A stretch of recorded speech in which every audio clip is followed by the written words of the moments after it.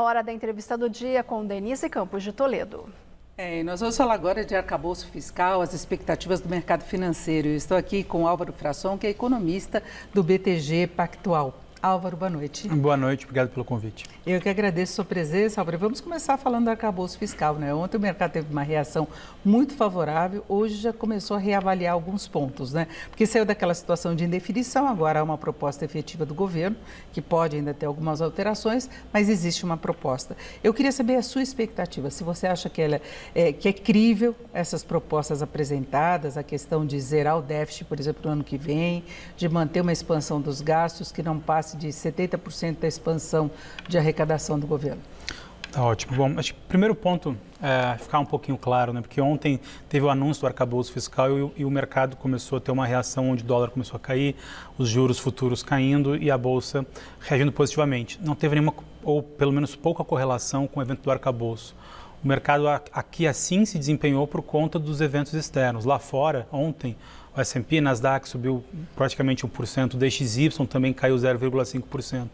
Então, lá fora, o evento foi tão positivo que impulsionou a economia e os dados financeiros de mercado por aqui. Em relação ao arcabouço fiscal, acho que tem pontos positivos e negativos da proposta.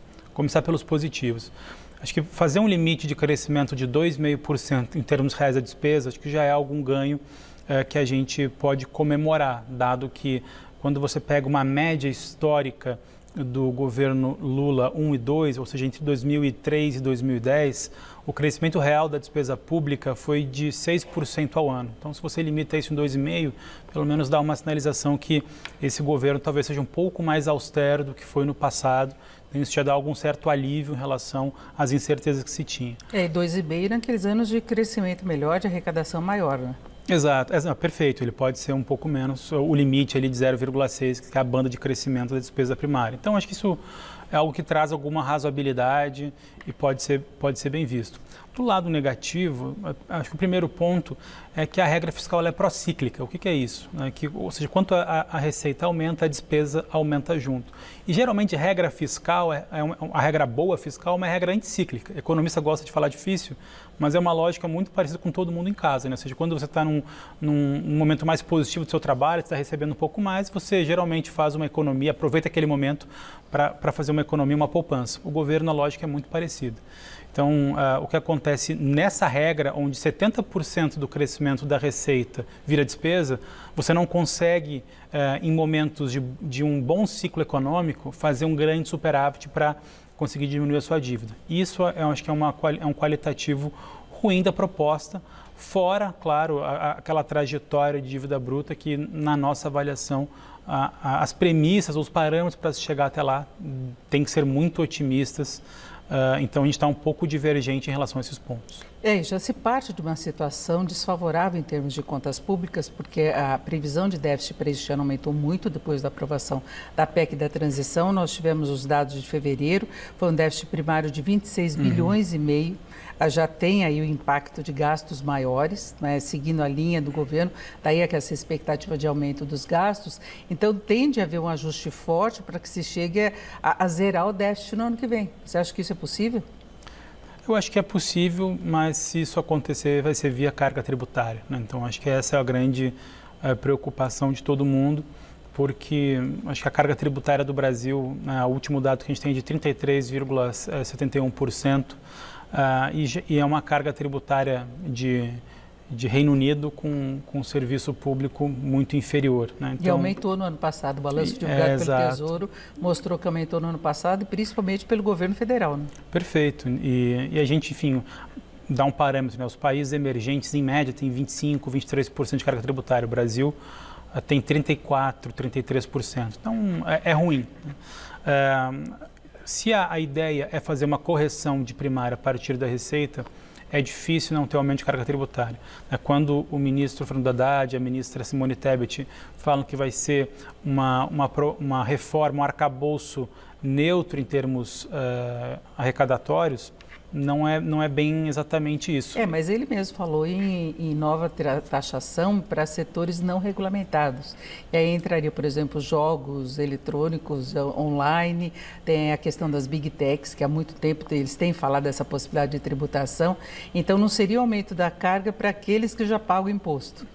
Não, perfeito. Seria assim, uma nova... Ele está buscando novas fontes de receita. Eu acho que isso pode ser interessante.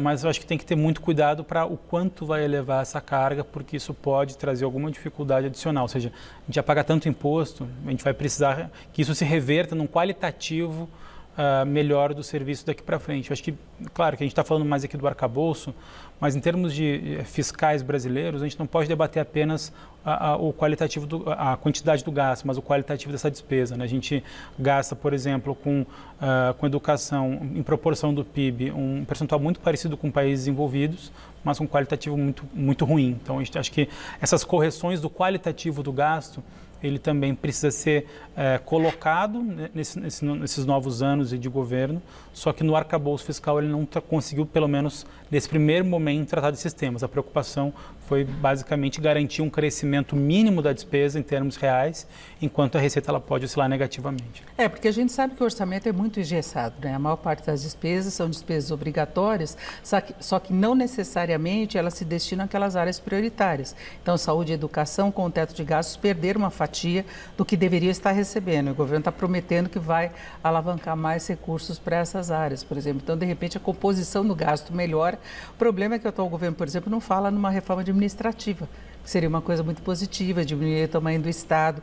Agora, fica uma certa expectativa, e eu acho que até o Haddad também sinalizou isso, no caso de o arcabouço, da forma como ele foi apresentado, ser aprovado pelo Congresso, você acha que ele seria suficiente para ter alguma interferência na política de juros? Eu acho que, primeiro, o mercado ele vai interpretar as novas informações que vão sair do Ministério da Fazenda, né? Vai lembrar que na semana que vem o ministro falou que vai anunciar uma série de medidas que vai depender das aprovações do Congresso para tentar, digamos assim, fechar essa conta. Então, a gente também está aguardando essas medidas, quais serão, para a gente conseguir entender se essas metas de primária elas vão conseguir ser entregues. E se for entregue, vai aumentar quanto a carga tributária? Mais 2,5% do PIB, mais 3% do PIB? Será que isso é positivo? Então, a gente ainda está tentando entender um pouco mais as contas para ver se as expectativas de inflação elas vão ceder. Eu acho difícil que elas cedam de uma forma tão rápida. Como o próprio Banco Central comentou essa semana na ata do Copom, não há relação mecânica entre a apresentação do arcabouço fiscal e a convergência da expectativa de inflação. A expectativa de inflação ela é uma consequência das interpretações dos agentes de mercado sobre o futuro do IPCA.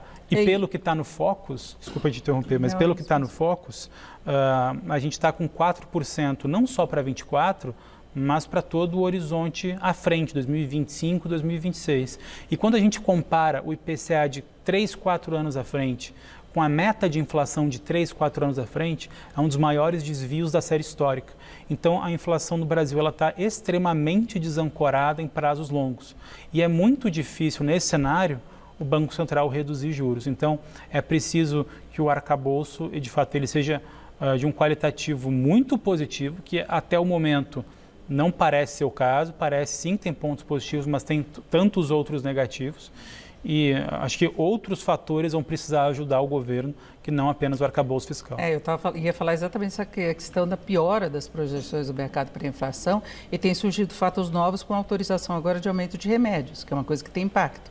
Então, pode ser um aumento meio inevitável diante de aumento de custos, mas é 5,6% que foi autorizado e vai ser computado no cálculo da inflação. Então, pode reforçar esse aumento das projeções de longo prazo, que é uma coisa que chama atenção.